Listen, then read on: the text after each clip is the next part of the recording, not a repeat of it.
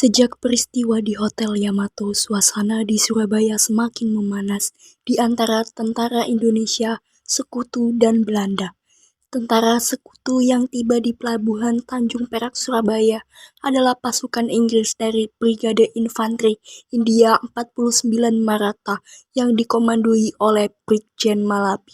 Pasukan ini berisikan orang-orang India yang disebut Indian Army. Mereka tiba di Surabaya pada tanggal 25 Oktober 1945. Kehadiran tentara Sekutu ini membuat para pemuda Surabaya marah besar. Derek. Kenapa? Wong Londo sing dibebasnya Sekutu iku lho. Tambah saya naik dhewe. Senjata kita ya dirampas, tambah kurang ajar sekutu iku. Nek dudu sekutu pemimpin kene genan diri, pasti kena sentakno ke sekutu. Yo, bener iku. Bener. Malabi mendarat di Indonesia ketika berada dalam situasi yang sulit karena suasana permusuhan dengan rakyat Surabaya sudah mulai terlihat. Itu semua disebabkan karena Inggris memerintahkan orang-orang Indonesia agar menyerahkan senjata. Karena rakyat dan pemuda Indonesia bertekad tidak ingin mengalami penjajahan lagi dalam bentuk apapun, maka mereka memutuskan untuk melawan para sekutu. Surabaya pun menjadi medan pertempuran. Pertempuran itu terjadi selama 3 hari antara Brigade 49 dengan pejuang Republik dari berbagai elemen di Surabaya. Mantan Letnan Kolonel Sekutu A.J.S. Dalton menggambarkan 3 hari itu sebagai neraka. Para pejuang Indonesia yang sudah semakin marah terus menggempur pasukan Inggris hingga pasukan Inggris kewalahan dan hampir habis dalam pertempuran yang berlangsung pada 28 sampai 29 Oktober 1945. Kawan, pejuang Republik berhasil membuat pasukan kita kewalahan. Kalau begini terus, lama-kelamaan pasukan kita akan habis. Telik Sandi, segera laporkan keadaan pasukan kita kepada Mayor Jenderal Houghton di Jakarta. Kondisi kritis yang dialami Brigade 49 di Surabaya membuat pemimpin militer Inggris di Jakarta, Mayor Jenderal Houghton, mengajak pimpinan Indonesia di Jakarta untuk berunding. Mereka berencana membawa Soekarno ke Surabaya. Kita harus membawa Soekarno ke Surabaya. Wibawa Soekarno bisa membuat amarah rakyat meredam. Kedatangan Presiden Soekarno dan pejabat lain di Surabaya ditandai dengan dibentuknya Biro Khusus sebagai penengah. Biro Khusus tersebut terdiri dari Indonesia yaitu Gubernur Suryo, Ruslan Abdul Ghani, Dul Arnowo, Residen Sudirman, Muhammad Mangundip Armadji, Suryono, Kusnandar Sungkono. Dan Biro Khusus yang terdiri dari Inggris yaitu Brigjen Malabi, M. Hobson, Kapten Shaw, Wing Commander Grom T.D. Kundan. Dan sebagai penengah kedua pihak itu, ada salah satu upaya Biro Khusus untuk menciptakan perdamaian di Surabaya, yaitu dengan diadakannya pawai bermobil di Surabaya. Pada tanggal 30 Oktober 1945, Dul Arnowo dan Brigjen Malabi sempat duduk di kap depan mobil. Setelah melewati gedung Lindelof, rombongan lalu mengarah ke Jembatan Merah. Lalu mereka berhenti di gedung Internasio yang menjadi tempat berkumpulnya prajurit Inggris berdarah India.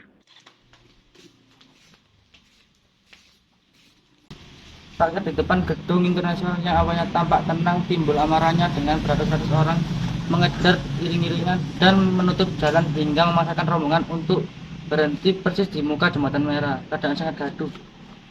Ketika Malabi hendak masuk ke dalam gedung Internasio, ia dihadang massa di luar gedung. Jangan yang tua, yang muda aja yang boleh masuk. Akhirnya Malabi memerintahkan Kapten Shaw untuk masuk ke dalam gedung Internasio. Ketika tembakan mereda, Malabi mengintip untuk melihat situasi. Ternyata tanpa sepengetahuan Malabi, beberapa pemuda tak dikenal kemudian mendekat. Tiba-tiba ada pemuda menembak Malabi dari jarak yang begitu dekat dan itulah akhir hayat Malabi. Perselisihan mereda setelah ada pengumuman bahwa akan dilaksanakan pengosongan gedung Internasio oleh tentara Inggris. Akhirnya pasukan Inggris mengosongkan gedung Internasio dan diangkut oleh truk yang disediakan pihak Indonesia. Sebelum keluar dari gedung pada malam pertempuran itu, Smith sempat berbicara dengan perwira Inggris yang memberi kabar tentang kematian Malabi. Kematian Malabi ini pasti akan dibalas oleh pasukan kerajaan Inggris dari darat, laut, maupun udara.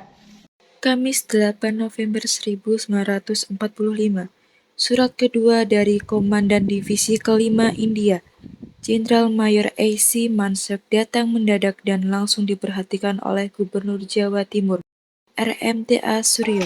Pihak Indonesia telah menunda evakuasi kaum interniran dan pengembalian pasukan Inggris yang tertawan atau terluka dalam pertempuran 28-30 tahun 1945. Kota Surabaya yang telah dikuasai para perampok akan segera dikuasai oleh militer Inggris. Pada akhir surat, sang jenderal meminta Gubernur Suryo untuk datang ke kantornya pada 9 November 1945. Alih-alih menuruti, keesokan harinya Gubernur Suryo hanya membalas surat Mansur secara tegas.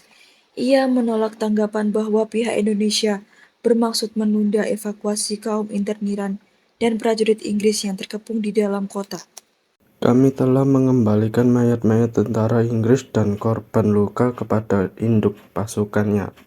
Gubernur Suryo juga mengingatkan kepada Panglima Inggris untuk Jawa Timur itu kepada kesepakatan antara Presiden Soekarno dengan koleganya, Jenderal Mayor D.J. Hawthorne pada akhir Oktober 1945. Menurut kesepakatan itu, terdapat 2 lokasi di Surabaya yang akan dijaga oleh tentara Inggris, yakni daerah sekitar Darmo dan Tanjung Perak. Penjagaan yang berlangsung selama proses pemindahan interniran dari sekitar daerah itu hingga Tanjung Perak. Jika proses pemindahan para tawanan telah selesai, pasukan Inggris dipersilakan mundur ke Tanjung Perak. Mansur tidak mengindahkan surat balasan Gubernur Suryo yang diantarkan oleh Ruslan Abdul Ghani, Presiden Sudirman, dan T.B. Kundan. Mansur malah mengirim 2 pucuk surat lagi. Yang pertama ditujukan kepada RMTA Suryo tanpa embel-embel jabatan gubernur, dan 1 pucuk lagi dialamatkan kepada seluruh orang Indonesia di Surabaya. Kedua surat itu berisi pesan yang sama. Namun, Gubernur Suryo tetap bersikap tenang menghadapi sikap sombong pihak Inggris. Dia tetap menekankan kepada para stafnya untuk mengikuti pesan Presiden Soekarno untuk menghindari pertumpahan darah. Maka diutuslah lagi Residen Sudirman dan Jenderal Mayor Muhammad Mangantiprojo untuk menawarkan perundingan dan meminta Inggris mencabut ultimatumnya. Namun, Inggris menolak permintaan tersebut. Begitu pula utusan Gubernur Suryo berikutnya, yakni Ruslan Abdul Ghani dan Dr. Sugiri, ditolak mentah-mentah oleh pihak Inggris. Jadi terserah sepenuhnya kepada tuan-tuan, bersedia memenuhinya atau menolaknya. Pada siang hari, masyarakat Surabaya dikejutkan oleh sebuah pesawat Inggris yang berterbangan di atas kota. Pesawat tersebut menyebarkan ribuan pamflet yang ditandatangani oleh Mayor Jenderal A.C. Mansur selaku Panglima Tentara Inggris di Jawa Timur. Isi pamflet sama persis dengan ultimatum yang telah diterima oleh Gubernur Suryo. Disebutkan bahwa semua yang tergolong pemimpin bangsa Indonesia, termasuk para pemuda, kepada polisi dan petugas radio diharuskan melapor kepada tentara sekutu dan menyerahkan segala jenis senjata yang dimiliki. Ultimatum tersebut membuat rakyat Surabaya sangat marah. Inggris akan Pariwani ini kan melawan Surabaya. Kita kawat dengan teman kalian. Begitu hujan pamflet reda, nyaris seluruh sudut kota Surabaya dipenuhi pemuda dan kelompok bersenjata. Saat itu di sekitarnya telah berkumpul ratusan pemuda, semua membawa senjata dan pistol otomatis. Minimal, mereka yang disebut tidak lengkap membawa granat. Pertempuran pemuda dan kaum bersenjata di Surabaya memutuskan mengangkat Sungkono sebagai Komandan Pertahanan Kota Surabaya dan Suratman sebagai Komandan Pertempuran. Dari sinilah muncul semboyan Merdeka atau Mati dan Sumpah Pejuang. Gubernur Suryo menerima laporan mengenai keputusan para pemuda Surabaya. Sementara Dula Arnawa menghubungi Jakarta dan berbicara langsung dengan Presiden Soekarno. Soekarno telah memerintahkan Menteri Luar Negeri Ahmad Suparjo untuk meminta Jenderal Sir Philip Christisto atau Wakil Komandan Pasukan Sekutu untuk wilayah Asia Tenggara untuk membatalkan ultimatum. Namun, yang bersangkutan menolaknya. Menurut Suparjo, keputusan akhir sepenuhnya berada di tangan Gubernur Suryo secara keseluruhan. Pernyataan Jakarta itu sontak mengusatkan Surabaya. Macam apa itu? Tidak bilang bertempur sampai tidak ada penghabisan, hati mereka malah bilang serang Surabaya. Pasti kami akan menjawab, kami akan berjuang. Pada akhirnya Gubernur Suryo memang harus mengambil keputusan. Didampingi Dul Arnawa tepat pukul 9 malam, Gubernur berbicara di depan corong radio Surabaya. Kami telah berulang kali menyatakan bahwa sikap kami adalah lebih baik dihancurkan daripada dijajah kembali. Juga sekarang dalam menghadapi ultimatum Inggris, kami akan berpegang teguh pada pendirian ini. Kami tetap menolak ultimatum tersebut. Menghadapi segala kemungkinan esok pagi, marilah kita semua memelihara persatuan yang bulat antara pemerintah, rakyat, PKR, Polri, dan seluruh badan perjuangan pemuda dan rakyat kita. Marilah kita sekarang berdoa kepada Tuhan Yang Maha Esa. Semoga kita semua diberi kekuatan lahir batin serta rahmat dan taufik dalam berjuang. Selamat berjuang. Dan untuk kita saudara-saudara, lebih baik kita hancur lebur daripada kita tidak merdeka. Semboyan kita tetap merdeka atau mati. Dan kita yakin saudara-saudara, pada akhirnya pasti kemenangan akan jatuh tangan kita. Sebab Allah Subhanahu wa Ta'ala berada kepada pihak yang baik.